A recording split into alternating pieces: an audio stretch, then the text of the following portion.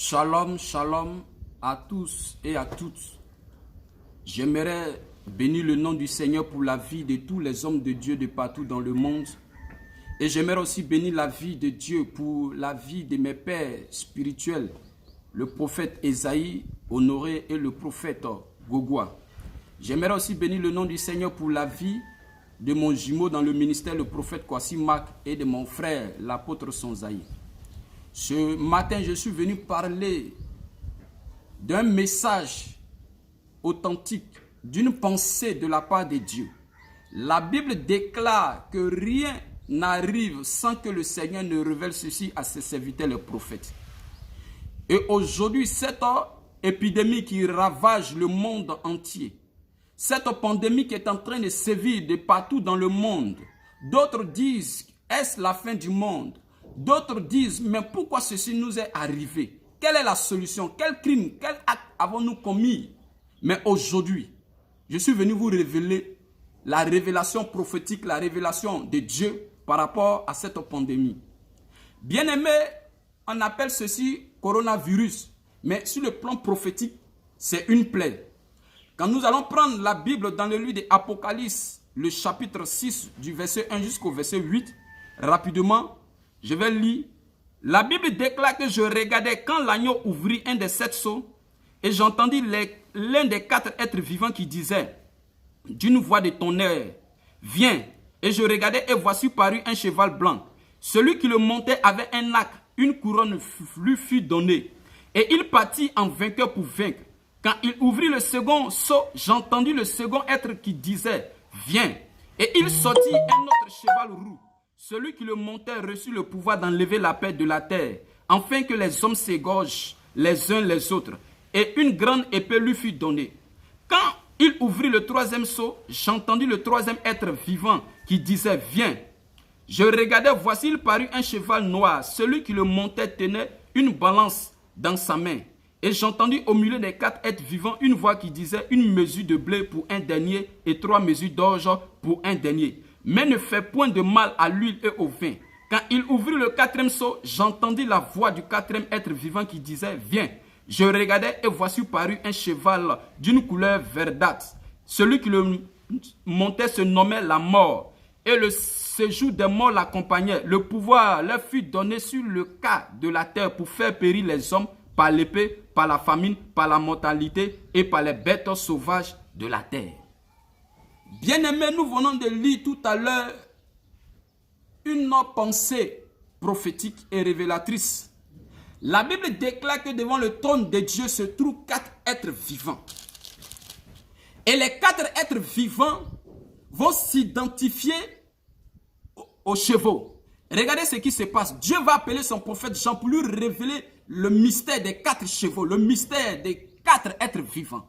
La Bible déclare que le premier cheval était d'une couleur blanche, le deuxième cheval d'une couleur rousse et le troisième cheval d'une couleur noire, le 4e cheval d'une couleur pâle. Regardez ce qui se passe. Chaque cheval a une mission bien déterminée et bien précise. Nous savons que Dieu qui est omniscient, omniprésent et omnipotent est assis sur son trône de gloire. Et il a créé des entités célestes qu'on appelle des anges, en hébreu malak, qui veut dire des messagers, des envoyés de Dieu. Bien aimés, les anges, il y a des anges qui sont des anges qui exécutent le jugement de Dieu sur terre. Et la Bible déclare que devant le trône de Dieu, chacun de ces êtres vivants va révéler au prophète Jean un message, une mission bien précise. Quel est le mystère du cheval blanc? Quand nous prenons la Bible, le mystère du cheval blanc symbolise une paix factive qui ne peut être temporaire. Cette paix sera introduite par une série de faux messies, dont l'Antichrist. Alléluia. Quand nous prenons aussi le mystère du cheval roux, Dieu accordera à ce cheval et à son cavalier le pouvoir de déclencher une guerre mondiale. Quand nous prenons le mystère du cheval pâle, c'est-à-dire le cheval verdâtre, nous voyons que ce cheval-là a une mission bien précise. Et il décrit le pâle verdâtre caractéristique des cadavres en décomposition. Dieu accordera à ce cavalier d'emmener 25% de la population mondiale à se trouver dans le séjour des morts, c'est-à-dire la guerre, la mort. Écoutez-moi bien. Dieu qui nous a créés à son image, il nous a donné des principes, il nous a donné ses ordonnances, ses préceptes, ses lois.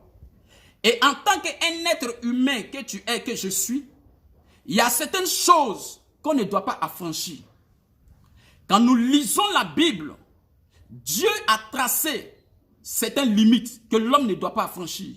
Même la mer a ses limites, malgré son orgueil. La mer a ses limites, la terre a ses limites. Et aujourd'hui, on se tue, on se bat pour des terres.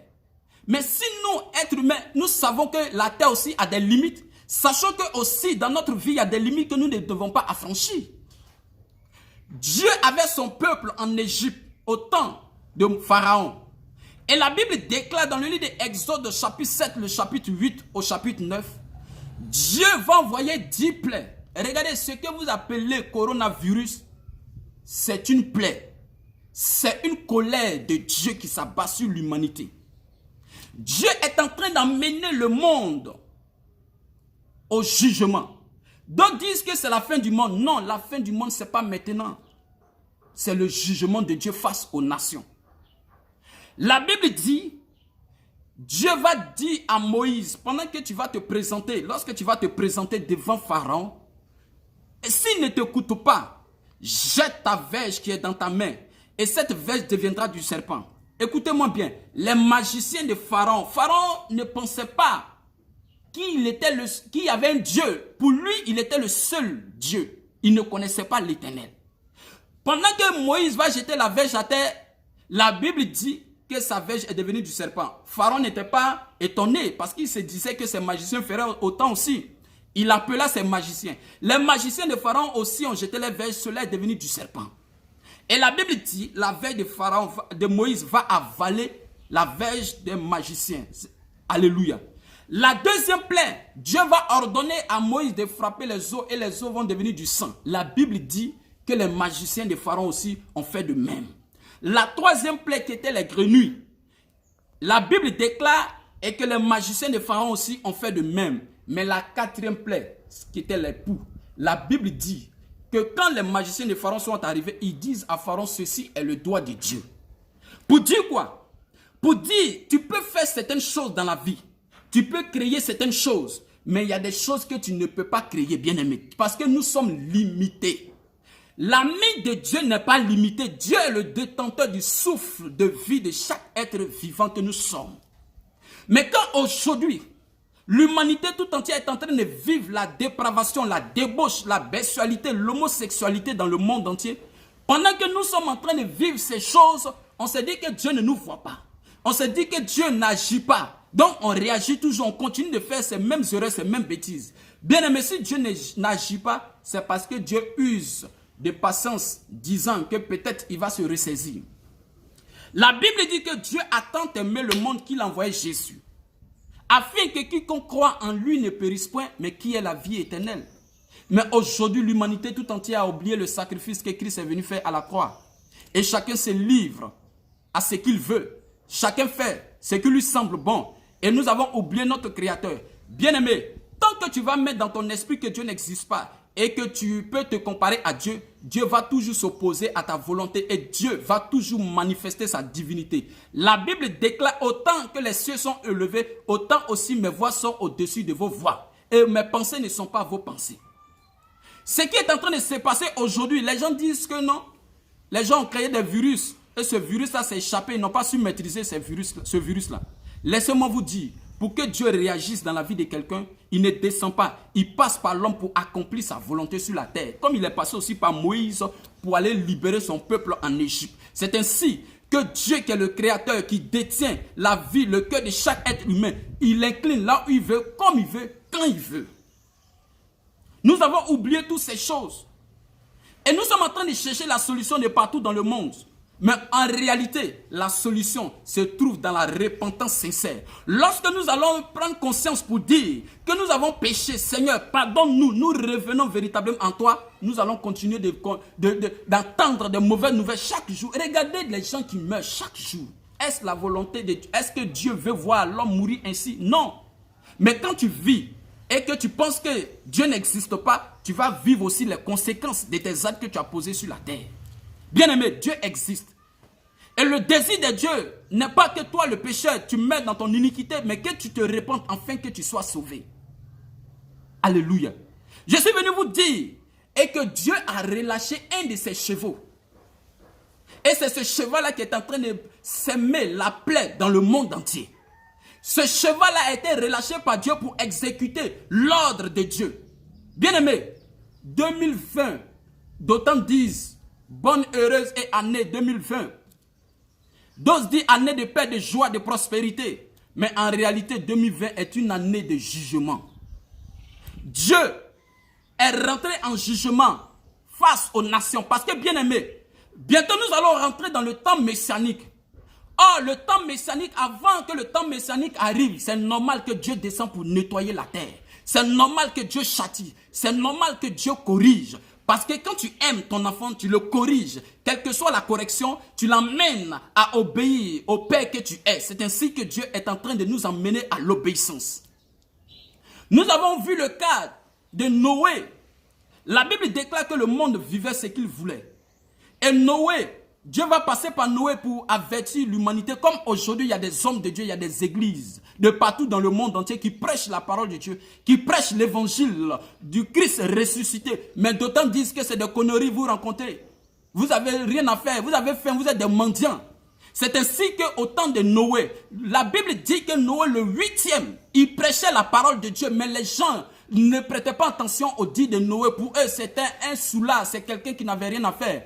Mais à leur grande surprise, le déluge est venu les nettoyer. Alléluia. Or, le déluge a fait 40 jours. Prophétiquement, quand nous prenons 2020, nous faisons 20 plus 20, ça fait 40, qui équivaut qu'on appelle à l'action prophétique de Dieu. Le chiffre 40, c'est le chiffre de la prise de conscience. Le chiffre 40, c'est le chiffre de la maturité. Bien-aimé, quand nous voyons la Bible, lorsque Moïse est monté sur la montagne, la Bible dit qu'il a fait 40 jours sans manger, sans boire. Et c'est sur cette montagne que Dieu va lui donner des instructions pour qu'il puisse descendre pour donner cela au peuple d'Israël. Nous avons vu aussi Élie qui a marché 40 jours. Nous avons vu le Seigneur qui a fait 40 jours de jeûne. Ce qui se passe aujourd'hui, c'est le jugement de Dieu face aux nations. Alléluia. Mais tant que toi, être humain, tu vas toujours penser à ta connaissance, à ta sagesse, à ta science, Dieu va toujours te confondre. Le Seigneur confond toujours la médecine. Il y a certaines maladies que la médecine échoue, mais la puissance de Dieu agit, bien-aimé. Laissez-moi vous dire, la solution à ce problème, c'est de se convertir réellement et c'est d'abandonner tout ce que nous vivons comme le péché, l'iniquité. Comment un homme tu peux vivre avec ton ami homme? Or, la Bible déclare que le premier homme fut Adam. En ce moment, Dieu n'avait pas encore créé la femme. Écoutez-moi bien. La Bible dit que Dieu fit venir les animaux auprès d'Adam pour voir comment Adam les appellerait. Mais la Bible déclare que Adam n'a pas vu son semblable. Adam pouvait aller sortir avec les animaux. Comme aujourd'hui, les gens laissent la femme pour aller coucher avec des animaux. Adam pouvait le faire. Mais il avait la crainte de Dieu en lui. Et c'est ainsi que Dieu va dire, il n'est pas bon que l'homme soit seul. Et Dieu va créer la femme qui est Ève. Il y a beaucoup de femmes sur la terre. Tu laisses la femme. Et c'est avec un chien, un animal, tu t'en vas. Tu te maries. Mais comment Dieu ne va pas descendre pour te châtier? Comment la colère de Dieu ne va pas descendre? Des hommes qui se marient, homme et homme. Bien-aimés, c'est la même chose qui s'est produite à Sodome et Gomorrhe. Les gens vivaient la contre nature, contre sens. Et les gens pensaient que Dieu n'existait pas. Mais Dieu a détruit Sodome et Gomorrhe à cause de leur péché, de leur iniquité. Le mal était trop en Sodome et Gomorrhe. Quand nous prenons sur le plan prophétique, le vent de l'Orient, c'est un vent qui souffle. Et ce vent, c'est un vent qui nettoie. On dit que ce phénomène est quitté en Chine. Mais regardez sur la carte mondiale, vous allez voir la Chine est positionnée dans quelle direction? C'est à l'est sur l'Orient. C'est là, de là-bas que cette plaie est sortie. Et cette plaie s'est répandue de partout dans le monde entier aujourd'hui. Et cette plaie allait jusqu'en Occident, c'est-à-dire à l'ouest. Et c'est en train de déstabiliser. Des gens qui pensent qu'ils sont au-dessus de Dieu. Des gens qui pensent qu'ils sont au-dessus de la loi. Mais Dieu est en train de démontrer que vous n'êtes pas au-dessus de lui. Vous êtes sa créature. Et vous devez lui donner gloire. Vous devez vous soumettre à lui. Parce que c'est lui qui vous détient votre souffle de vie. Bien-aimés, laissez-moi vous dire, qu'est-ce qu'il peut faire pour que cette plaie s'arrête? C'est ce que nous allons voir dans le livre de 1 Chronique, le chapitre 21, le verset 1 jusqu'au verset 11. 1 Chronique, chapitre 21, verset 1 à 11. La Bible déclare que lorsque David a fait le dénombrement du peuple d'Israël, c'est qu'il a fait de plus à l'Éternel. Et l'Éternel va envoyer un ange exterminateur. Et cet ange-là a été suspendu dans les airs sur Israël. Et cet ange a commencé à frapper le peuple d'Israël. Et la Bible dit, écoutez-moi bien, 70 000 personnes ont péri ce jour-là à cause de l'acte que David a commis. Et en ce temps, il y avait un voyant prophète qu'on appelait Gad. L'ange va dire à Gad, dit à David, voici je te propose 3 fléaux. Gad va aller exécuter l'ordre de Dieu. David dit, je reconnais que j'ai péché. Que je tombe dans les mains de l'Éternel que de tomber entre les mains de mes ennemis. Mais regardez, pendant que la peste est en train de sévir en Israël, Dieu va montrer la solution au prophète Gad. Pourquoi? Parce que David s'est repenti de son acte qu'il a commis. Et l'ange dit à Gad, monte sur l'air d'Ornan pour aller bâtir un autel à l'Éternel. Et c'est là et que Dieu va accomplir sa mission de bonté et de miséricorde. Et David et Gad sont montés sur l'air, la montagne d'Ornan. Et écoutez-moi bien, pendant qu'ils sont allés bâtir l'autel, regardez ce qui se passe. David va offrir des actions de grâce, des sacrifices à Dieu. Et pendant qu'il faisait cela, la Bible dit que Dieu va descendre par le feu pour consumer l'holocauste. Et c'est là que Dieu a exaucé David. Et Dieu va dire à l'ange, assez, retire ta main, remets ton épée à sa place. Et l'ange a remis son épée dans son fourreau. Alléluia. Qu'est-ce qui peut arrêter ce phénomène-là? Écoutez-moi bien, dans le monde entier de partout, il y a des hommes de Dieu qui sont là-bas. L'église est là-bas, mais toutefois que vous allez minimiser l'église, vous allez minimiser les hommes de Dieu, vous allez abandonner la voie de Dieu, la colère de Dieu viendra sur vous. Job 33, verset 23 dit, s'il se trouve un ange intercesseur, un d'entre les 1000, qui prie, qui intercède, qui lui montre la voie à suivre, l'Éternel dira à cet ange, délivre-le. Pourquoi? Parce que, bien aimé, les anges intercesseurs, c'est des hommes de Dieu. Cette situation en ce moment précis, c'est des hommes de Dieu qui peuvent se mettre devant la face de Dieu pour fléchir genoux, pour dire au Seigneur, Père, à cause de tes enfants, à cause de tes élus, à cause de ceux qui te craignent, bien aimé, les hommes de Dieu ne les négligez pas. Mais vous parlez mal des hommes de Dieu, ça parle mal des hommes de Dieu. Or, nous oublions que les hommes de Dieu sont des serviteurs de Dieu, des ambassadeurs de Dieu sur terre. C'est des représentants de Dieu, bien-aimés. Aujourd'hui, cette situation qui se passe, seuls des hommes de Dieu, un homme de Dieu a la capacité de changer les données. Quand vous prenez 2 Rois chapitre 4, à partir du verset 38 à 41, la Bible dit qu'il y avait la mort dans le pot. Et ils sont allés voir l'homme de Dieu, le prophète Élisée. Il a changé la mort en vie. Il a changé les données. C'est les hommes de Dieu qui peuvent changer les données dans cette situation qui se passe. Il dit à Abraham, lorsqu'il devait détruire Sodome et Gomorrhe, il dit ceci. Abraham dit, Seigneur, vas-tu faire périr le juste avec l'injuste? Si tu trouves 50 justes, qu'est-ce que tu vas faire? Dieu dit, si je trouve 50, je vais épargner la ville. De 50, ils sont allés jusqu'à 10. Il n'y avait même pas de juste. C'est ainsi que Dieu a détruit Sodome et Gomorrhe. Il dit, si je trouve simplement 10 justes, je vais pardonner la ville. Pour te dire quoi? Il y a encore des justes dans le monde entier. Il y a encore des justes en Côte d'Ivoire. Il y a encore des justes en France. Partout dans le monde, il y a des justes. Il y a des gens qui craignent Dieu. Il y a des gens effectivement qui vivent dans le désordre. Mais il y a certains qui craignent Dieu. Et c'est à cause de ces personnes qui craignent Dieu. Lorsque nous allons nous mettre en genoux pour dire, Seigneur, aie compassion des crimes que l'humanité fait aujourd'hui. Aie compassion, Seigneur. Dieu, dans sa préscience, aura compassion à cause de ces justes-là. À à cause de ces justes-là. Écoutez-moi bien, le cheval va bientôt rentrer. Quand nous prenons le calendrier grégorien, aujourd'hui nous sommes au 3e mois.